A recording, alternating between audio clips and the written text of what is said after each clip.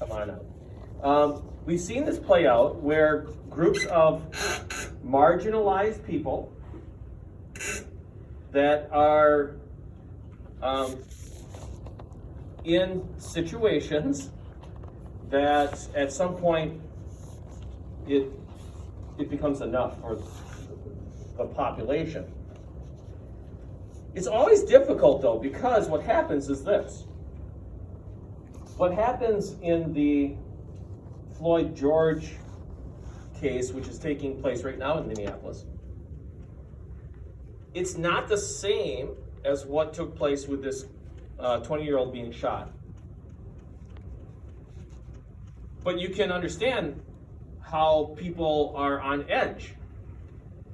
You know, if you saw the videotape of Floyd George losing his life at the knee of a police officer, it's incredibly graphic. And it is demonstrative. And there's no doubt that people that witness that or see that are moved by it. If you watch the video of the person being shot a couple days ago in Brooklyn Center, it too is incredibly disturbing.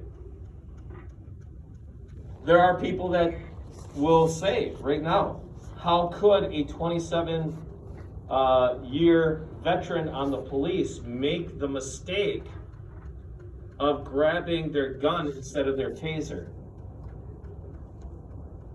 And if you watch it, again, it's incredibly disturbing. There was a struggle.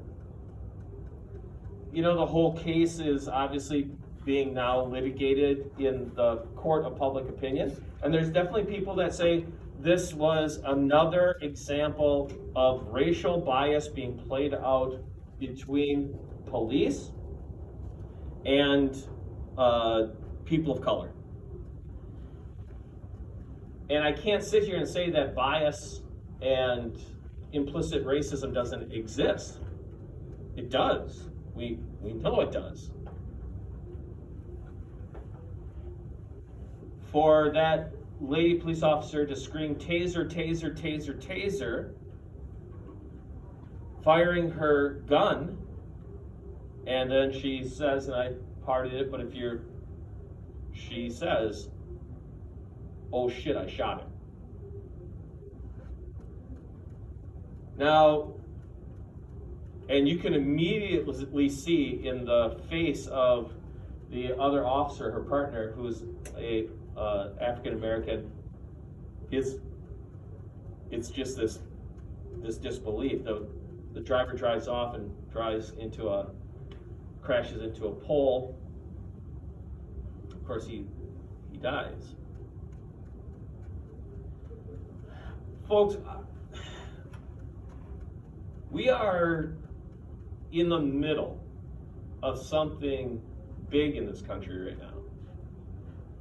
We've seen it before. Riots, in Selma, in Montgomery, in Chicago. We've seen, LA riots, what took place last summer.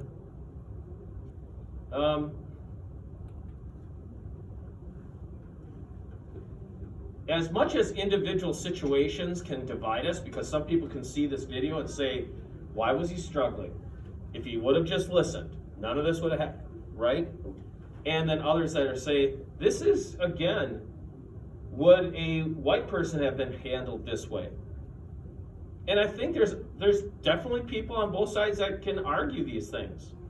But laying aside the individual instances, we definitely know that we have implicit bias and race is part of that.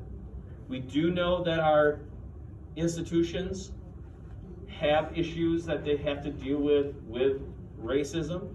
Some of our institutions have deep systemic racism. That's true. It's there. Our conversations about race have to be open and honest, and we have to allow people space to own their own ideas. If we start to circle the wagons and call each other names, we won't get to the honest conversation that we have to have, which is most of us have been exposed to racial intolerance. Most of us have heard the stereotypical jokes or the off-color jokes. All of us have been exposed to these types of things. Even little kids at a very young age pick up these overtones. If you have a bias, and if it is somewhat tainted by race, it doesn't make you an evil person. But it does make you racial. And that might have an impact in how you treat people. And so we have to be honest about those. Again, I grew up in a wonderful family. We were poor, but my mom and dad were incredibly racial. I heard lots of pejoratives. It didn't make my mom and dad evil, terrible people, but it did make them racial, intolerant, quick to jump. Of course, being a byproduct of that, I have to learn. I have to be able to say that my background too was one of racial prejudice. I heard that. And growing up, just like many of you probably have, you too have probably heard the pinpricks and stinging and protocols of racial intolerance. That's probably something that either in your own homes or in those hallways, you too have been exposed to.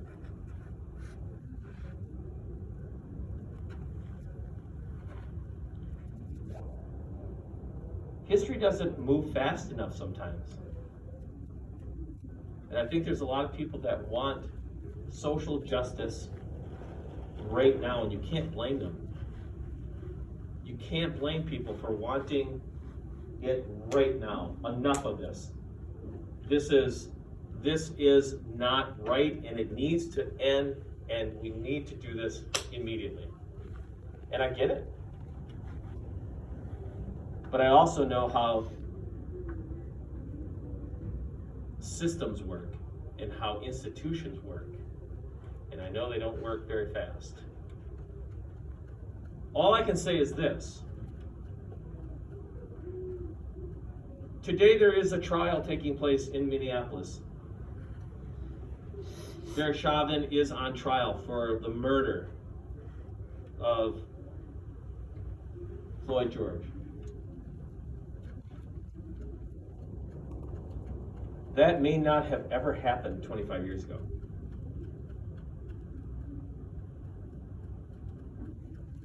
That might have been swept under the rug.